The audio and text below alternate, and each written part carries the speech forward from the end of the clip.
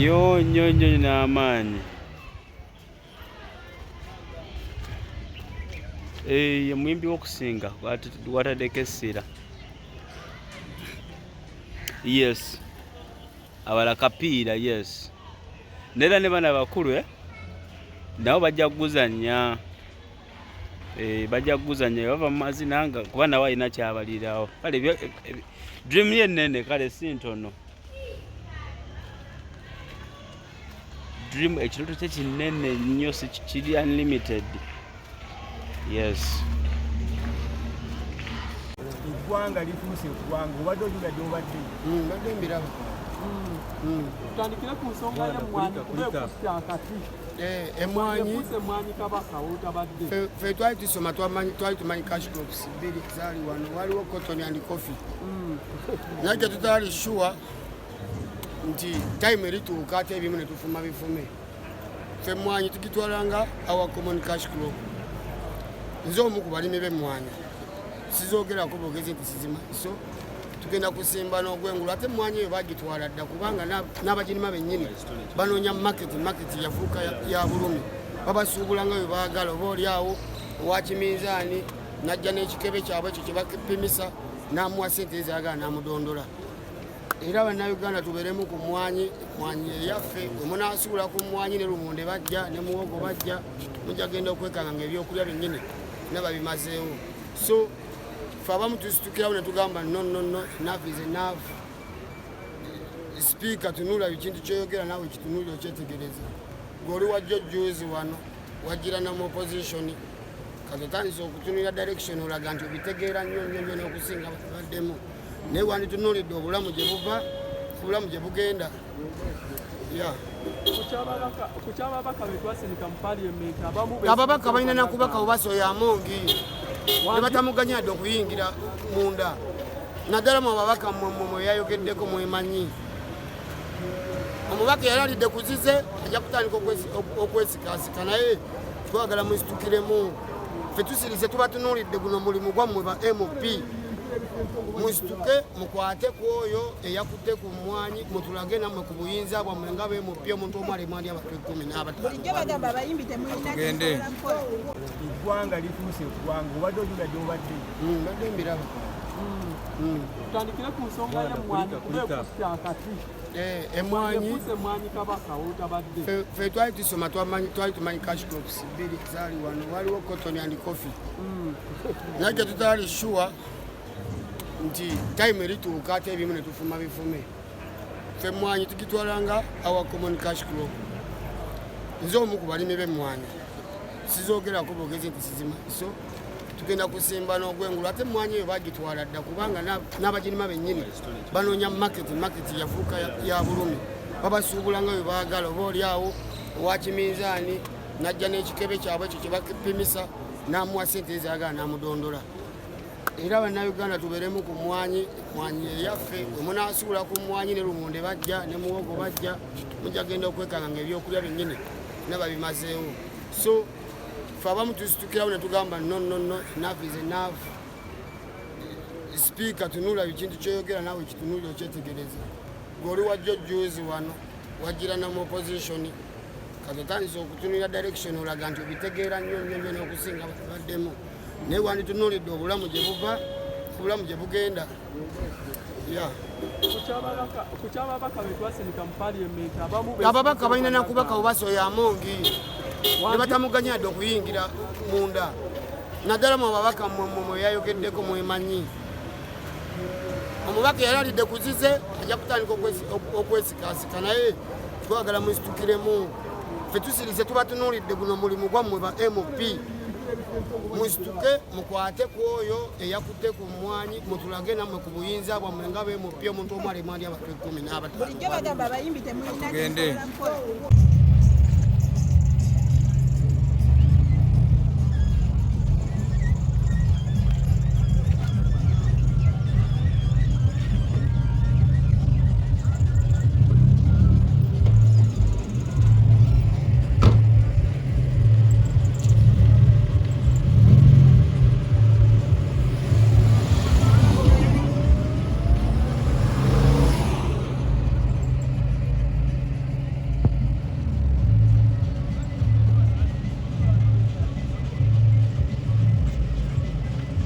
tukimye mukulu tukimye abakulu aba hypers ku airport essaawa eno aba hypers bano gye bava omukulu Akon yali abatute mu America okulaba nga bakola ezimu ku shows eza Akon zabaddeko side za America awo abaana bano mbaddeko n'omuyimbi omu naŋŋamba nti ba hypers abo be bamu ku bantu abasoose okukola ekintu nga performer n'omuntu eno omulala nga tanakikola e Kampala. Ba hypers bagenze mu America nga Akon yabatise n'abatwala ne bakomawo e Kampala bakoze shows za Akon, shows eziwera 3 mu America. Bagenzeko wa Swaziniga by invite, bagenzeko wa Justin Bieber by invite, bagenzeko wa Michael Jackson by invite. Kitegeeza mu Uganda be bantu abasoose okubeera nga babako batuuka ewanene era ew'amaanyi ba hypers. So obuzibu bwe tulina e Kampala, Uganda terecognizing talent nga zino nga tezinnabaako ate we zituuka before. Wabula kibi nnyo okuba nga ate omuntu abeera ewala alaba ekyenjawulo mu bantu bano eno ye n'abako omukono gw'abawa okitegeera. So bannayuganda tuliga oku appreciating talent nga zino before nga tizinabaako kubaako ate we zituuka ewanene. We appreciate the talent before it's anywhere. Omuntu abeera mu America aba asobodde okusiima abaana nga bano kale ate munnayuganda ne gavumenti okitegeera. Gavumenti temwinayo muyambidde coach ku baana balina 50, alina ttiimu y'omupiira, baana bato bazanya bulungi, alina buli kimu ekyetaagisa akikoze ng'omuntu mu maanyi ge. Abazungu bamuyambyeko. Imagine omuntu okuva ebweru n'ayamba ku muntu abeera e Kampala naye gavumenti terina we mukwatiddeko yadde omuyambako. So gavumenti mwina ovaayo muyambe ku bantu nga bano mu buli ngeri. So nze nkubira sipiika Omulanga ne gavumenti ewamu okubaako omukono gwe muteeka ku bantu nga bano. Bw'abanga omuntu abeera mu America asooka appreciating talent ng'eno kale ate gwe gavumenti oba munnayuganda gw'omutaddeko omukono ki? Let's appreciate talent nga teraba kubaako ati weetuka. Otherwise abantu bano balituyitako ne bagenda ebyaddala ne bava e Kampala. Muyinza beekwasa mutya? Munnayuganda gw'abeera e Dubai, ali mu America, ali e Dubai, ali buli wamu yina gy'oli. Appreciating a talent ng'eno before nga tenabaako weetuuka okitegeera. So tuze kubana ku airport balandinga ku ssaawa 4 n'eddakiika 15 bagenda babalandinga. Eno yemu ku ttiimu ya hypers be bamu ku baana aba hypers boolaba awo wansi. So I call upon government okusupportinga coach n'abaana bayina okitegeera. So tuze kuba nona ku airport gabola tuze kuba kima bava mu America babadde ne show n'omukulu Akon bamitinze Swaziniga babadde naye. So they are coming back e Kampala. Bamitinze Justin Bieber, bamitinze buli w'amaanyi g'omanyi mu America. So they are getting back here.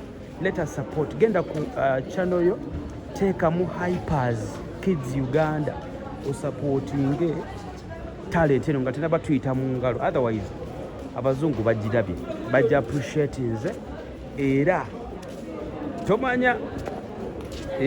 So bebamu ku baana balina boolabaawo aba Hypers Kids Africa bagenze mu America's Got Talent babaddeyo bakoze ekyamaanyi. Let's appreciate them okitegeera.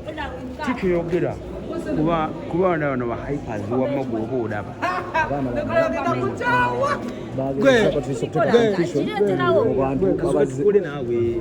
mu bantu abazenga bazina amazina kubanga groups nyingi nnyo ezibaddewo twali badisuulirawo Masaka Kids bebaali bali basobola okukikola naye aba hypers bagezezaako twaprovinga mbwa chances nyingi nnyo ezikyali ewabweru. So leero olunaku olwaleero tuli wano ku kisaawe tuddemuko emabega baaliko wa Michael Jackson ewakawe ba invite Swaziniga baba wa invite kugenda wa Swaziniga. Justin Bieber naye babadde wa Akon kuno gwa kubiri. Akon abadde ne shows ne tours mu America. Bebamu ku bantu batambudde nabo ku shows. Twalabyeko bamutize ne ba Kevin Hart. Yes, yomuko yabadde yomuko MC abadde ku show Akon. One of the shows yasooka okukola oyo Kevin. Ne bano abaana Akon yaba platform enene abadde abeera n'abewakawe ate olabira ddala nga hotel wadde baliira emmere hotel y'aba celebrities bokka mu America wadde baliira ng'era batuwalanga abaana ab'amaanyi ate nolabira ddala nga abaana abasajja nawo kyenyininyini kiba kiyamba ne ku gavumenti eno engeri gyebesika investor kikati kino kiraga mbu at least luno this time around gavumenti olumu olina okuteekamu ssente ku bana abaana we balaba nga balina ebitone byabwe because omuntu womitinga nga Akon oyo wajja wano kubanga tujjukira Akon lwasimbye okujja Kampala president yamuinvite infact balina bagala zimba ettaka acres ne acres z'amataka yawe eriri lyo omuntu yomu Akon so abaana bano yabayise America yennyini ku shows kati nekirala nga olaba ne Banaboy abayimbi abasinga bapromota abasinga bonna bagadde okumutuukako naye nga takutuukirako because tukira hamu yali ayagala okugulawo ekisaawe yali ayagala muleeta naye nokyogerako ekyo sho Akon yasookera ddala Banaboy yaliwo ne maama we era nzijukira nabulungi maama wa Banaboy nga awa Akon haga emirundi esatu ngalaga musanyufu nnyo okumitinga Akon same person fe twagala nnyo Banaboy ne Banaboy asinkanyiza maama we eri Akon ku show yeemu ebadde kuba hypers ngabamu kuba performers ku show za Akon gwe kyetwogerako ki twesunga Banaboy usanga singa wadde nenkwatagana ennungi kubanga tesaawa zino bwetulaba ku Banaboy twemanyi nakati naye nyini ategedde mbu Uganda waliyo abaana bakola ki abazina naye andizazi kyensuubira kigenda kwongera okugulawo enguudo z'abaana bano ab'enjawulo so that this niwe bazina mu video zino ez'abasajja bagenda tandika okubbanga babateekamu so that this kyongeramu ne ku income yaabwe ate neggwanga nga yo Uganda kubanga already twafuna dda okusooka alina tugenda performinga America's Got Talent eyo kyokka gyali achievement eyasooka then yaddako yeno abaana gyetulabe kubanga webagenda kululi ne Akon tebasobola agenda naye ku stage naye this time around olaba yabawadde omukisa baddayo nga bagenze kuminga ku shows exactly kuno bagenze kukola ekitegeeza enguudo zikyali nnene nnyo so that bano abantu ng'abo abazungu biki obala abaana nga bavudde mu Africa nga bagala we bati kyongera okuleetera ddala abantu abajja eno okufuba okulaba nga at least neggwanga lyo lyennyininyini nga tufuna ba investor abo bennyini president batera okwogerako ennyo so that tuba tusuubira Akon waba yajja wano kitegeeza Kevin Hart nga tajjangako wano n'abantu already kumpi abangazze because ajja kwagala okufolowinga bano abaana bavaawa babeera wa tuba tuli awo ennaku ntono nnyo mabega coaching ampereza ka tweet nga omukulu Justin Derulo amuweereza tweet ng'amusaba njagala kukozesako kuzimu ku video n'agitaginga wansi video ba hypers ng'amusaba video eno asaba gikozesako ku YouTube yange mu shorts ng'asaba lukusa asaba coach owa hypers ng'amusaba lukusa okupostinga kamu ku videos zino eza hypers ku channel ye Justin Derulo eyo nyine ndozo jaba nayo ebira achievement ey'abaana bano because Jackson Derulo tumanyiko mbubi bantu abamu ababiri wabwe nga babba enyimba zaabwe balaba n'okufuluma ebiti no wabatadde oluyimba of course sense ye bejja luwa attention ey'amaanyi ennyo so that abaana bano batuuse ekiseera ng'asaba ekitegeeza genda tuka ekiseera akole eki abeere nga yennyini kimukakatako okujja n'okulaba bano abaana ate tujja kwerabira muganda waffe 69 eyagulirawo abaana yajja wano n'ashutinga video ye ng'alina ekapiripiri exactly eyagulirawo bano abaana mukisa because bino byonna byetulaba at least ye yali amaze okulaga mbu ogenda mu Africa munsi Uganda waliyo abaana bebayita hypers so kyemanyi okuva yabawo omukisa ogwo tebaddangako mabega so that at least n'okutuuka kati kubanga omuntu ajja bateekale mu ggwanga n'amanya mbu ngenda wano okwewa ba hypers kubanga bonna betulina mu ggwanga kubanga bamasakidistukiriza nabo batambudde they are good but of course waliwo ebintu waliwo asukuluma kati kino kyo kigenda gatambu ng'ovudde ku ba ghetto kids essaawa zino ndowooza bannamba 2 betulina mu ggwanga beba hypers era nze nebaza coach akoze omulimu ogw'amaanyi kubanga ba ghetto kids are good but this guy akulaze nti asobodde n'okubayitako katonotono exactly ate ye n'ekirala ekimwawula ku ebyo locally wano teyeerabirawo nnyo amanya abantu bagamba tetusupportinga nnyo baana bano oba bawa platform ennungi bali batuuka eri wabweru ne bakola ki naye ndowooza olaba yagezezzaako nnyo n'okubeera engage kyonna kyonna ekirawo atista kubeera bannamawulire n'abanga abategeeza agenze naye nera abategeerabidde eki waka ate nga neera abaana okyabalaba akyalina abaana bangi nemulimu abayimbi eno gyolaba yemu ku ttiimu oba mu ku baana bayina bano ba mupiira ayina ab'omupiira era nze obweddanga gavumenti mbadde mbagamba nti tuleme kulinda abantu bano tuyitako okugenda wala nga tutaddeyo support muleme kujja at the end speaker wa parliament mwenna abalina omukono munene ate n'abantu bajja kijjukira because those days back owazanyanga omupiira wabeeranga wa kabiri kiti naye this time around kyakyuka omwana abeera ku ssomero ne waba ayimbye buyimbi ng'ayimbye buyimbi asinga ow'omupiira because entertainment kati ekintu twakigulawo mu kinene tekikyalinga kiri we twakirabira so that essaawa zino nga wano bonna we bali naye walibaddewo nga waliwo n'omukungu wa gavumenti ng'omu ng'abaaniriza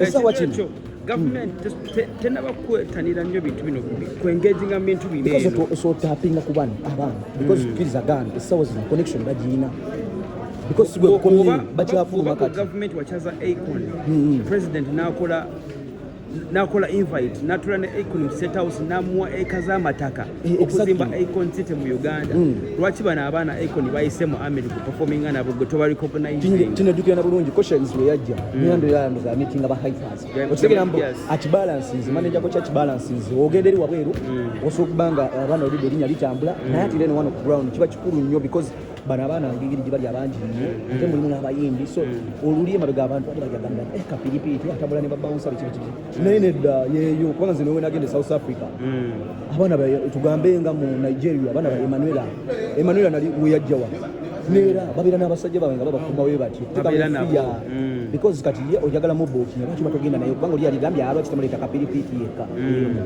okitegera naye wano osituka nabo bonna so an achievement nene nnyo ku bana ba hypers ate nze ekyemanyi kocha ndoza atandika butandisi because abayali mabaga era fe tumusabira agende miles away okusuka wanene bagenda kutuuka ssaawa 4 n'eddakiika 45 era tuli ku airport Entebbe betulinda bannayuganda wonna wali tuve bintu byekisirusiru ebyo bituwa obudde tuwa ebintu byamakulu obudde same time kiba kirungi nnyo abaana bano tuwongerayo ali mu America ali London ali Saudi Arabia ali Dubai supporting ateka wa mukono kubana aina abana 50 n'abantu tutegeza tuino mukwatirako kati olaba n'abantu abamu because abamu abantu abasinga tibatwavulinga naye kati nze ntwavulinzeeko mwezi ensezeze wabwe bikibichi of course bana abantu olaba abasinga balinda omuntu nakola ekintu naye bali abewabweru singa mambu tibalina baana size eno bajja nawe ngocha naye olwokuba bana babeeramu n'ekinjawulo that uniqueness mu bo kyekibaleetera okugamba naye lwaki tetuleeta bano because balina ekya uniqueness fe tetuwagala kubanga balimbu bakopperera because muntu akola ekityo nekiyitamu so kati kino eri challenge nene nnyo ku bano badancers abasigadde bamu wano mu Uganda nabo bennyini bamanyi mbu basobola okutuukawo wano because weziba nga ziri groups kati sawa zino bbiri zetubala nga zisobodde ne bali bennyini omupiira gwa Barcelona ngegenda okutandika okuzanya omupiira bano abaana bebagulawo match eyo mabega it's a big marriage tugenda kutandikira awo mu maaso awo katono nga batuuse ojja kwongerayo n'embuuzi